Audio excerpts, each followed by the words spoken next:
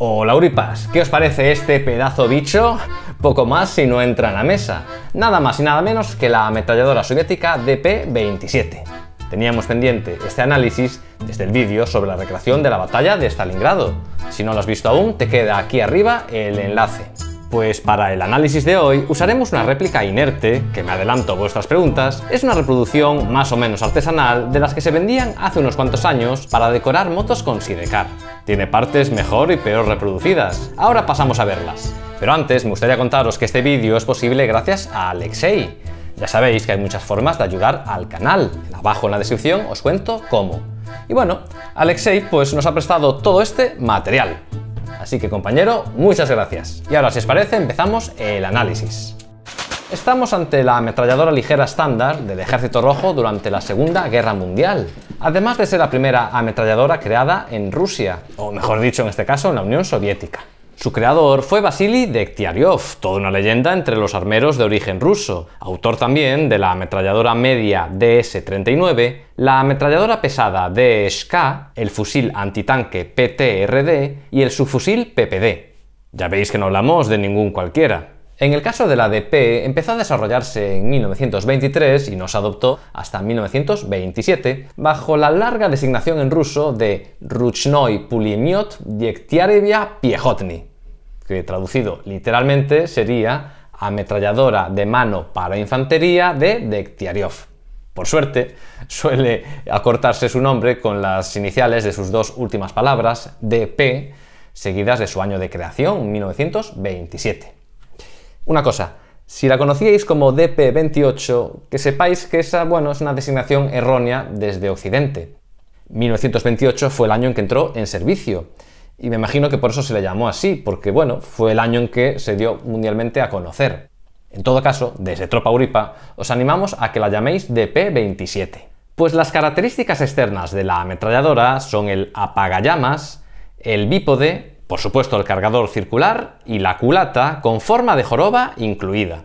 Antes de pasar a analizar cada parte del arma, deciros que su calibre es el 7,62 x 54 mm R, que es el mismo cartucho utilizado en los fusiles de cerrojo Mosin. Lo de compartir la misma munición es una práctica común en todos los ejércitos para ayudar a la logística.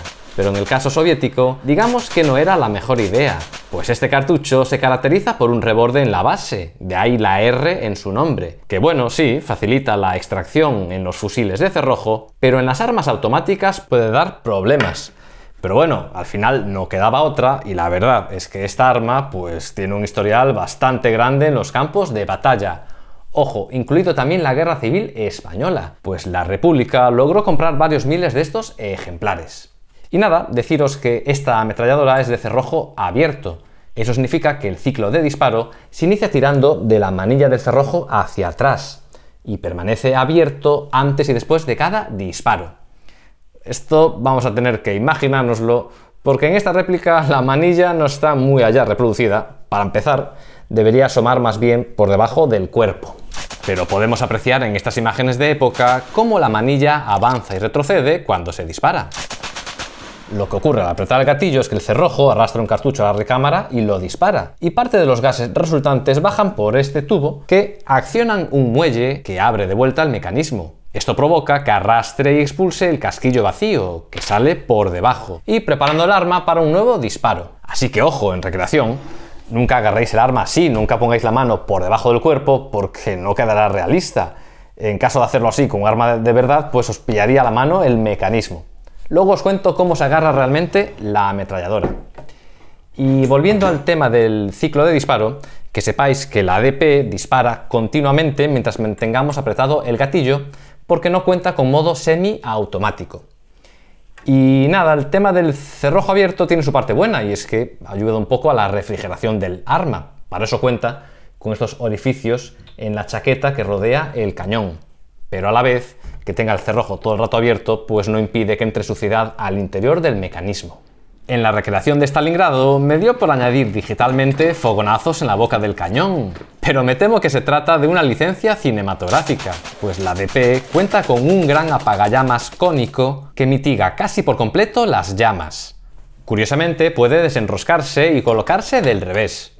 Me imagino que fue diseñado así para reducir su tamaño durante los traslados, aunque su uso no es obligatorio y se ve así en algunas imágenes de época, incluso directamente sin el apagallamas. Vamos, que en caso de perderlo, el arma funciona igualmente, solo que en ese caso el enemigo verá los fogonazos y localizará más fácilmente la posición de la ametralladora.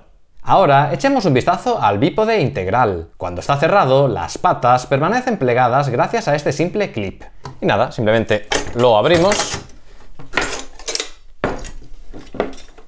Y estas piezas planas en la parte inferior de cada pata, en teoría impiden que el arma se hunda en un terreno blando. El caso es que el bípode es uno de los puntos donde más falla esta arma. Estaba diseñado para poder quitarse y quizá por eso la pieza de unión no era lo suficientemente fuerte. Y disparándola pues se movía demasiado, incluso llegaba a romperse. Pero el mayor problema de esta arma se encuentra en el tubo de aprovechamiento de gases. Como ya dijimos, es gracias a esto que el arma puede ser automática, ¿vale? Hasta ahí todo correcto. Lo malo es que el muelle que hace retroceder el cerrojo se encuentra también dentro de este tubo. Ya sabemos que con un uso prolongado, el cañón de un arma se recalienta, y en este caso, al ir pegado, bueno, en esta réplica el tubo debería estar un poco más subido, pues el calor se transmite igualmente al tubo, y eso afectaba al muelle de retroceso que a la larga perdía fuerza. Cuando se dieron cuenta de esto, pues ya era demasiado tarde y la producción del arma no podía detenerse. En todo caso, aunque tarde, algo se hizo. Luego os cuento. Pero antes, ¿sabíais que la DP cuenta con seguro de empuñadura? Estaría aquí, a esta altura, justo antes del guardamonte. La réplica, pues no lo tiene. Se trataría de un botón que se pulsa con el agarre normal, y si no se presiona, el gatillo no funciona, impidiendo así que el arma se dispare accidentalmente. Aprovecho para hablaros sobre la culata. Decía antes que es famosa por su forma así como de joroba, pero es así por un motivo. Y es que la forma reglamentaria de usar la ametralladora es, con la mano libre, agarrarla por aquí presionando contra el hombro. Y un detallazo, la culata cumple una segunda función, y es que en su interior alberga una aceitera. Sí, como lo oís. Fijaros en esta pieza. Es el tapón del recipiente, en este caso simulado, pero en una original, si lo desenroscásemos, veríamos que a la vez hace de cepillo y de tapón de un bote con aceite. En esta réplica también falta un retenedor que va aquí a esta altura y que hay que aflojar para poder desmontar el arma. Como todo lo ruso y soviético, la DP está pensada para resistir y que su mantenimiento sea sencillo, por lo que tiene relativas pocas piezas. Otra parte que no está nada bien reproducida en esta réplica es el alza. Uno original tendría este aspecto, regulado hasta los 1500 metros en intervalos de 100. Pero sin duda lo más interesante de esta arma se encuentra justo delante del alza y lo dejé de último a propósito. Estoy hablando de su cargador. Tiene forma de tambor, algo poco habitual en una ametralladora, y en la época los soldados soviéticos lo comparaban con un plato. Como lleva esta anilla, estamos ante la última versión del cargador. Antes era como un botón retenedor. También al comienzo tenía capacidad para 49 cartuchos. Y más tarde, para evitar problemas de alimentación, se redujo a 47, como va marcado este ejemplar. Pues esta anilla cumple una doble función. Como veis, si tiro de ella, la parte superior de la tapa gira, porque lo que hace es aflojar el resorte interno. Hay que ir rotando la tapa y añadiendo los cartuchos, que, importante, deben mirar hacia adentro. Después, al disparar, ocurrirá lo contrario, que el cargador girará con cada disparo. Podéis verlo aquí, la forma del cargador, sumado al hecho de que gire, hizo que la DP haya pasado a la historia como la tocadiscos.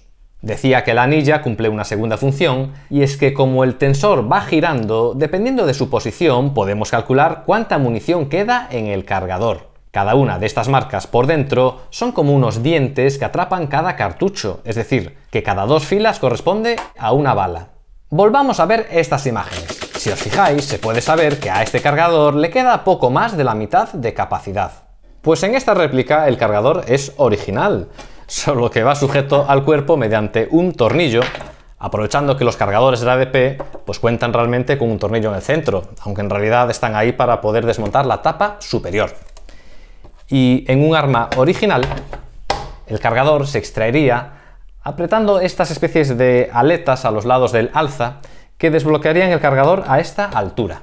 Esto podía hacerlo el propio servidor de la ametralladora, aunque lo normal era que un equipo de DP estuviese formado por un segundo soldado encargado de transportar y amunicionar el arma, para que así el servidor de la ametralladora tuviera siempre la vista fija en el frente.